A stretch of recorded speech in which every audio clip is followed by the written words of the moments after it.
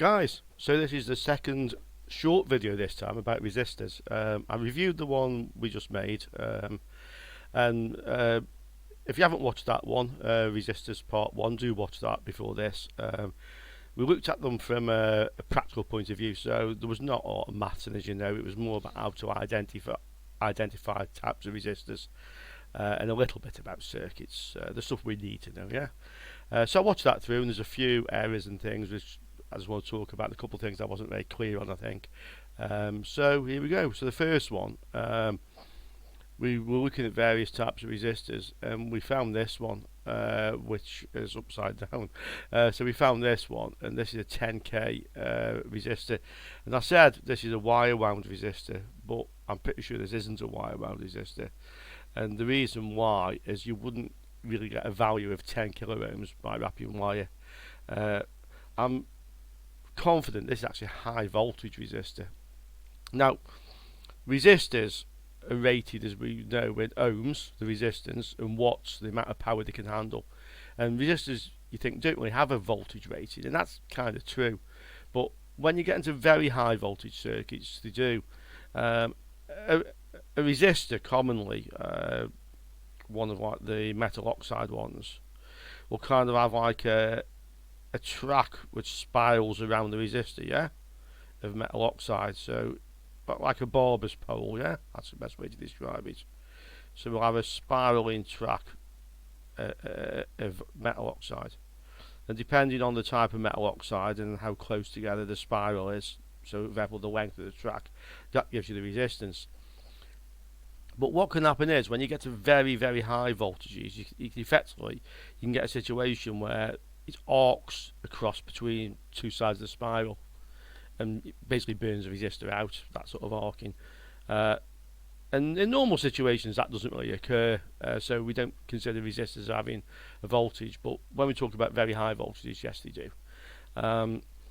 And that's what this is. This very long 10k resistor will be a high voltage, probably for several kilovolts, and probably came off some, well, it's meant to go in some high voltage equipment, CRT equipment, that sort of thing. Okay, so that's basically what that is. So that brings us quite nicely onto a little bit more about resistors in series. So we talked about why do you see resistors in series, and I said the sort of reason you see this sort of thing, 12 volts, 0 volts, there's a voltage divider. So a common reason you see this is a voltage divider.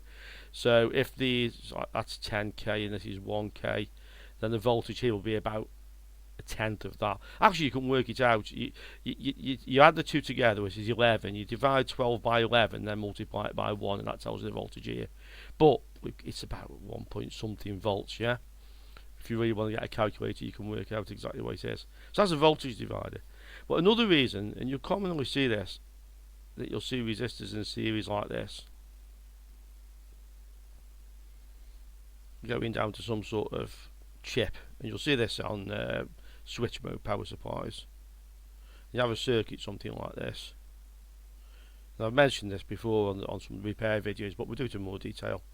But basically this is a startup voltage, and on here is the mains rectified and smooth, coming in about 300 volts, and this capacitor, whatever value it is.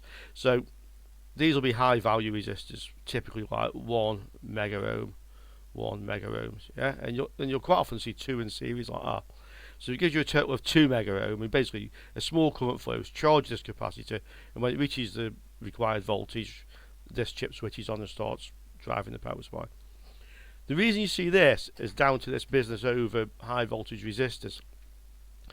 When you get high voltages like this, it might be more than the resistor can easily withstand without this arcing. So if you put two in series, basically this one now has 150 volts across it, and this one has 150 volts across it, So you can see that both resistors now have half the voltage across, and that reduces the risk of this problem. So that's another reason why you often see resistors in series. Okay, so that's that. Now, the experiment we did with the light bulb, I want to just go through that a little bit again, because it may have confused people. We all know the resistor burnt up, and I explained why, but I was a little bit quick, I think. So let's just draw that circuit again. So we had a light bulb, yeah, and we had a resistor, yeah, and we had 12 volts and we had 0 volts ground, yeah. And initially we didn't have the resistor, we just had the light bulb with 12 volts across it, and I measured the current. I didn't show you, but it's on my bench power supply that told me it was drawing 1.75 amps. And I said from that we can calculate the resistance of the light bulb, and I did it on the calculator and I put 1.175 in the calculator and got the wrong result of about 10 ohms. The actual this was 12 divided by 175, so resistance equals V over R, yeah, remember, V I R, this is the one bit of maths we ever do. So 12 divided by 1.175 comes out to about 6.8. Yeah, and 6.8 ohms, 6 or 8 if you want to do it that way. Yeah, it's the same thing as the value that the resistance of that light bulb.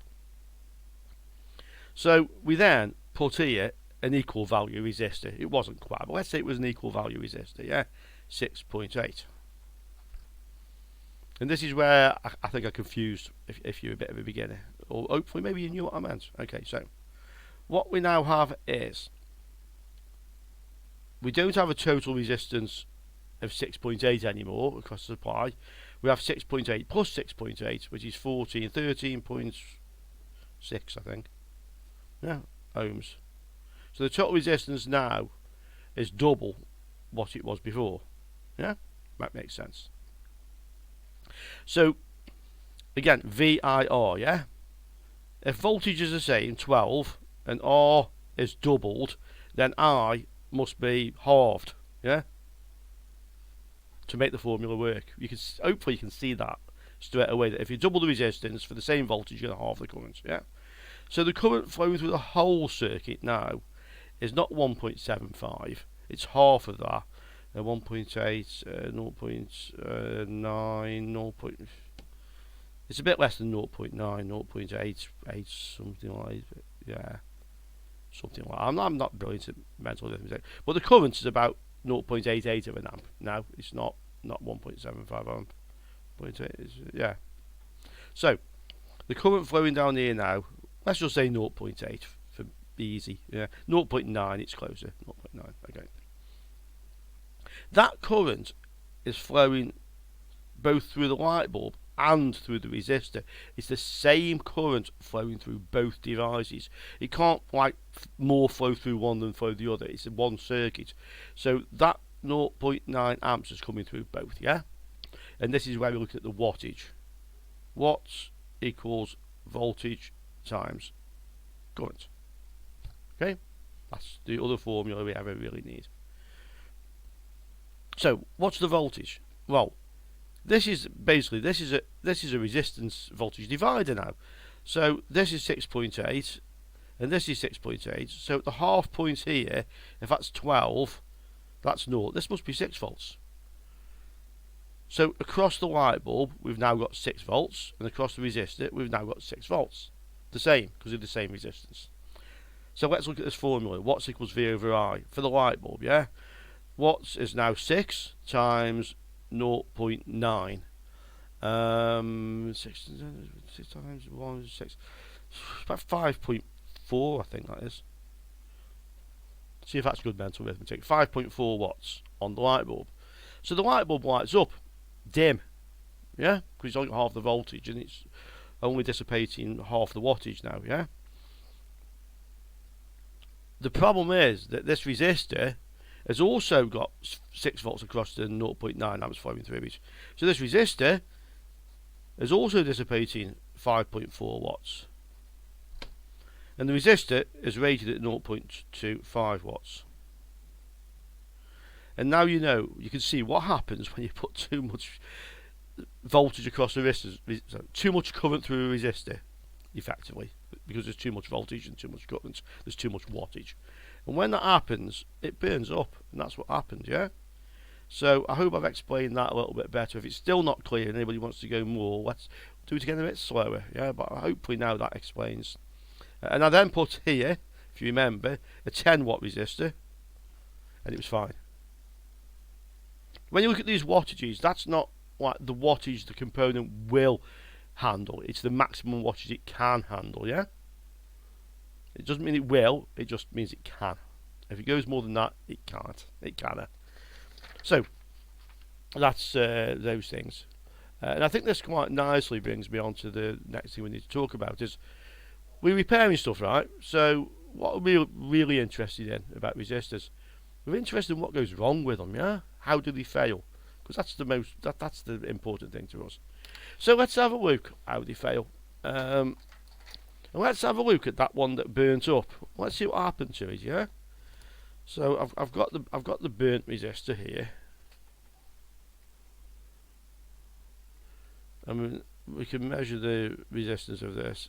And it's now gone to like 29, 30 kilo ohms, yeah? So what was before 31, 32 kilo ohms, yeah. So what was before like a 7 ohm resistor is now a 30 kilo ohm resistor.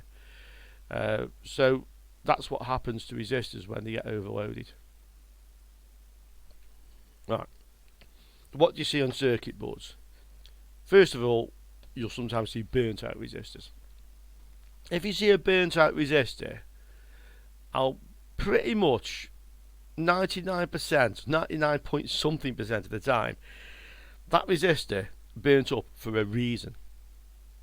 What would happen if we replaced that circuit we made with the light bulb and the resistor? If we came to that circuit and we said, oh, burnt out resistor, and we put another one in, what would happen?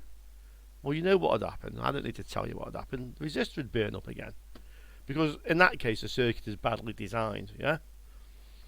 What you often find on a faulty device is resistor, yeah? And some sort of load that's being powered through that resistor to ground. This could be, you know, a variety of things. It could be an IC, it could be a bulb, or LED, it could be, you know, transistors. And if this resistor is all burnt up, almost certainly the reason is because this load is short circuit. Because this resistor was originally chosen so we could handle the current that this load would put on it in any circumstances, yeah? And obviously all of a sudden it couldn't, and that's because this is faulty. So you have to find what's wrong with the load first before you can replace the resistor.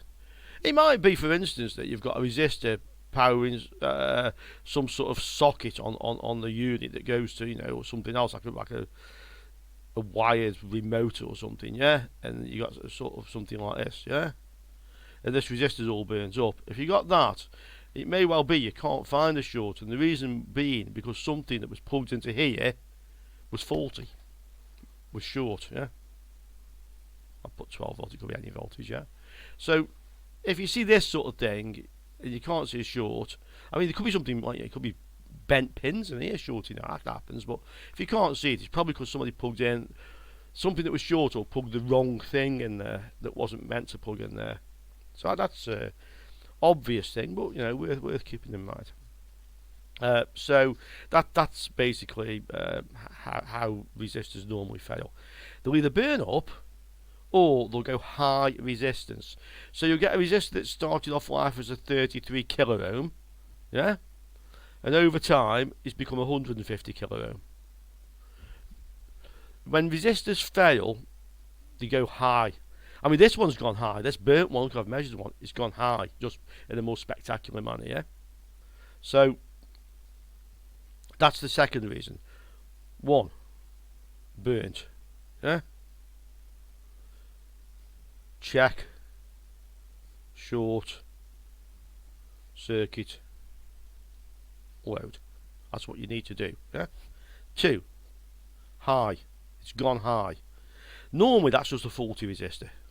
You tend to see this more often in high voltage circuits. Remember this thing I was talking about where you had like 2 in series powering a startup for a power supply chip.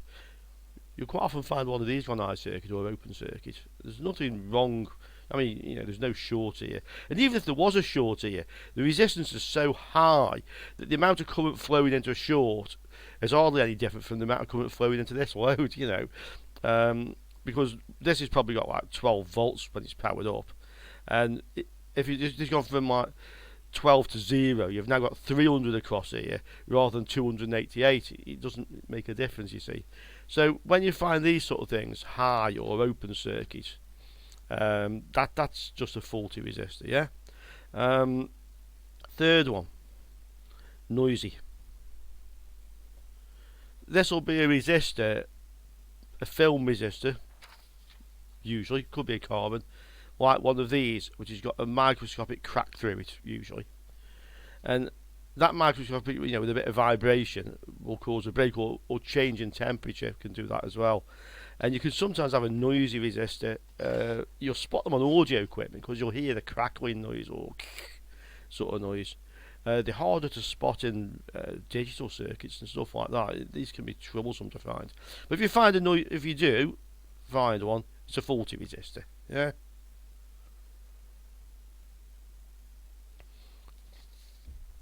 That, I think, I can't think of those. I can't think of anything else.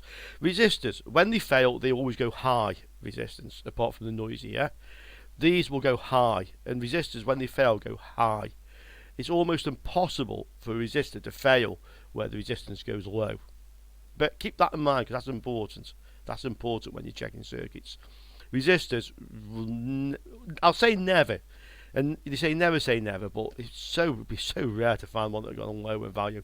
I can't think I've ever seen this, honestly, in all the years. In 40 years? Something like that, a bit more, played around. I've never seen one go low. They always go high. So that's that. Another quick one. We talked about resistors in series, voltage dividers. And we talked about resistors in parallel, yeah?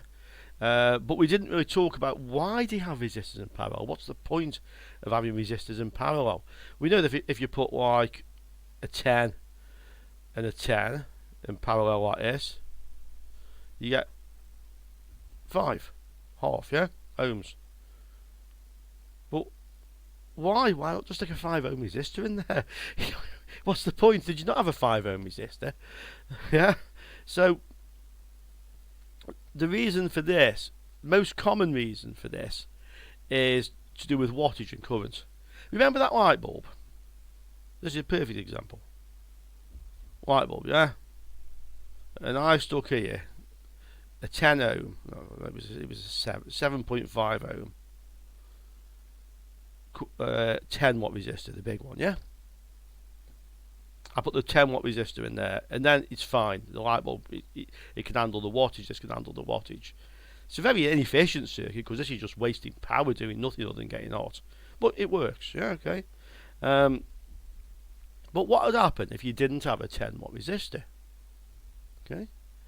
Or the circuit board, the device was very flat and you didn't have space to fit a 10 watt resistor. What you could do is this. You could connect your light bulb to your power supply, and you could go like this.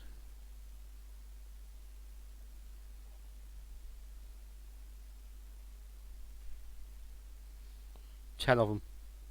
Huh? Well, I'm not tired of drawing these, but it's 10 resistors, yeah. See how messy this drawing's getting. 10 resistors, yeah. And they're all connected. Yeah, they're all connected. Ground plus volts, yeah. You can do that. And if, for instance, you want a 7.5 and we got 10, we can use each one 75, 75, 75, yeah. They're all 75 ohm resistors.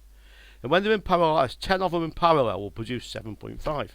The total resistance of all them together will be 7.5. Now, you want this thing to dissipate. We know it's half a watt. I mean, if that was a 10 one, that was overkill. We know it's half a watt. So what you could do is, each one of these could be a 0.5 watt resistor. Yeah, every single one. Okay, that leaves you no tolerance for failure. So let's put 1 watt resistors, yeah? Let's put 1 watt resistors in each one. When the current, I said the current flowing through the light bulb is the same current that flows through the resistor, because it's the one circuit. What happens is now, the current that flows through the light bulb gets divided into 10, and a tenth of the current flows down each one of these, assuming they're all the same value. So each one of these now is only dissipating 0.5 watts. Yeah? So that's one reason why you would have resistors in parallel. It is to share the load. Yeah.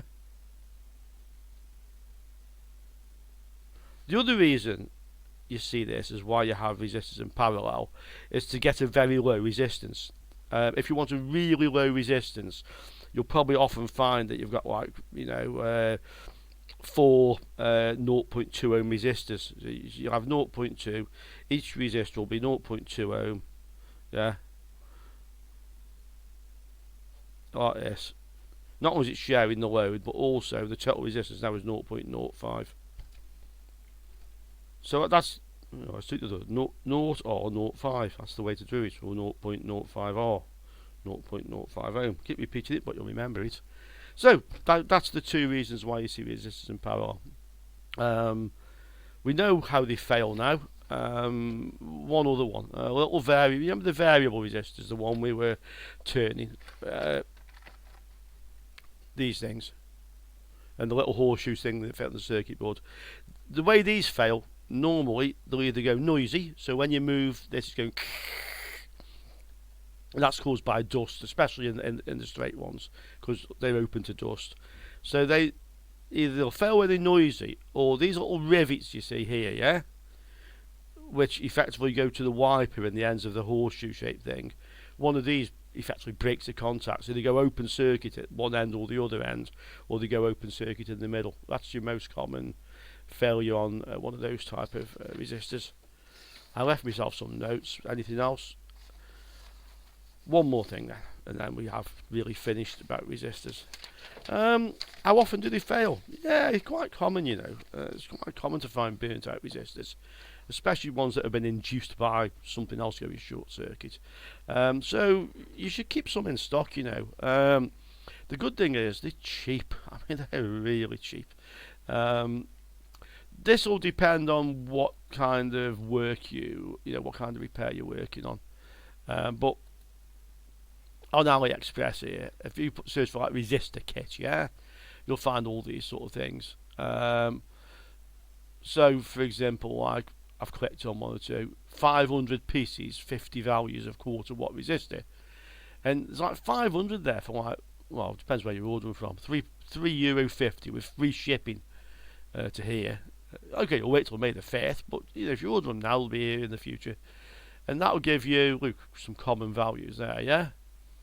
I mean, bear in mind that if you ever come to a situation where you need a resistor that you haven't got, like you needed 18, for instance, if you need 18, you can make it up by like connecting like a 10 and a 7.5 and a 1 in series, so you got 18 and a half. You can do that. You can also connect some in parallel, so you can mess around as long as there's a bit of space on the circuit board. If you haven't got the right resistor, you can make, you know, effectively make the value you want. Or you can buy something like this, you know, €11 from China, €12, free shipping again. Here you've got 3,120 of them, 156 values, metal film quarter watt resistors. If you buy something like that, you'll probably never need to buy a metal film quarter watt resistor again. And if you're working on repairs where they through hole, one set of them is going to last you forever, practically, you know. And that's, well, you see 458 orders, so it's popular. So that's what I suggest for through-hole resistors. Just buy yourself a kit like that, yeah. It might be worth getting, I spotted this earlier so much I might even buy one myself. Something like this. These are 1 watt resistors. A lot of people will order again, so good reviews. There's 300 pieces, and they go from 0.1 to 750 ohms. Often, like a 1 watt resistor will tend to be a low value ohm resistor as well. So this will give you a nice set of resistor values. And if you want a 2 watt, you can put 2 in parallel. So yeah, I mean, to be quite honest, for like £3.95, I'd probably buy. In fact, I'm going to buy myself a kit of them. I don't need them, but I'm sure if I've got them, sooner or later I'll find I do, and I think, oh great, I've got the bits that I need. There's 10 of each value. Yeah, get something like that. If you're doing more work on motherboards and graphics cards, you might not even need through. If you're exclusively doing that sort of work, games consoles, motherboards, graphics cards, and such like, you don't need through-hole resistors. You just need surface mount.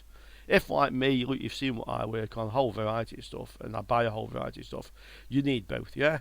So again, well, you can get like sample kits here, different sizes. 1206 is 12mm by 6mm, 0805, 660 pieces for like €1.93, plus shipping on this one, so about €2.70, €2.75, something like that. And this will give you, lists all the values there. With the surface mount ones, you can't easily put them in series or parallel. So if I'm buying kits of these, I tend to buy a kit that has a lot of values in it. You can get books like this, Luke. Bit more pricey, but that's like every value from 0 to 10. I'll tell you about 0 ohm resistors. But that is like, all these values. 25 of each, 170 values. Those are 1206. You'll need a few kits like this. I would say the ones I'll tell you which ones I have. I have 0805, 0604, and 0402. And that pretty much covers me for what I need. If I start working on more miniature, I'll need some 0201, but for now, that's good. You can get kits like that, and you can get similar kits with just as many resistors, but they don't come in a fancy package. Yeah. So like here, this is the bigger size 1206. This is 0402. Yeah, 0402, 4,000 pieces. Yeah. From 10 ohms as the lowest. That'll cover you anything but very low value resistors. So you can look at the cheaper. So have a look around, decide. But if you buy yourself a few packs of resistors, and you spend like 30 quid or something, you'll probably have like enough you'll ever need. To be quite honest. 0 ohm resistors. Why do you have a 0 ohm resistor? Because it's 0 ohms, right? The reason you have 0 ohm resistors on surface mount boards is normally because it's easier for the same. If you want a wire link that goes too close to places, say it's jumping over a track on the board. So where are we? Just get back to the desk. There we go. Yeah. So if like you want like you got a track passing under, and you want to jump over it on the same layer of the board on the top. You normally put like a wire link which goes between the 2 points, but to put wire links in requires special equipment. You've already got a machine, automated production, that can place resistors on the board. So instead of using a wire link, they use a 0 ohm resistor. It's just easier and cheaper for the machine to place the 0 ohm resistor. Quite often you'll see them where they're meant to help you diagnose a circuit, so you can break the link in the circuit at a certain point and decide is a fault before that and after that. That's another reason you'll see 0 ohm resistors. So that's those ones. When I first saw it, I thought, what the hell, 0 ohm resistor. Okay guys, that is the end of resistors. Now hopefully you can recognise them, you understand the markings on them, you understand what goes wrong with them. One last, can you test resistors in circuits? That's a good question. Can you take your resistance meter and test the resistor in circuit? And the answer is, kinda. It all depends on what else is in that circuit around that component, yeah? So if you say a 1 kilo ohm resistor and you put your meter across it and you're only reading like 500 ohms, it doesn't mean the resistor's faulty. Firstly, I told you resistors don't fail by going low value. It just doesn't happen, yeah. What you're seeing is there's other components in the circuit that are also conducting from your meter. Because when you measure resistor, you put a bit of voltage in from your meter, yeah. And there's other components that are passing some current, and therefore it reads a lower resistance than there really is there. You'll often see this when there's resistors near to coils, where the resistor can read practically short. It ain't, it's just that it's near to a coil, and the coil itself is practically short.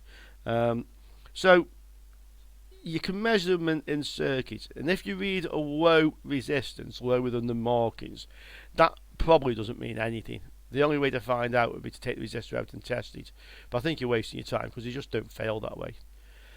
If you measure across a resistor in a circuit and you see a higher value than the resistor is rated for, that's something wrong. No matter what else is in that circuit, there's no way the resistance of that resistor directly across it, if you're measuring directly across the resistor, there's no way that reading can be higher than the value of the resistor. So if you see that, then yeah, you can say that's a faulty resistor. You can take it out and check it out of circuit. Answers on a postcard if you can tell me any reason that would never occur, but as far as all my experience, yeah, if it reads high in circuit, it's faulty. Okay, so really that is the end of resistors. Capacitors are the next components, and see you on another video.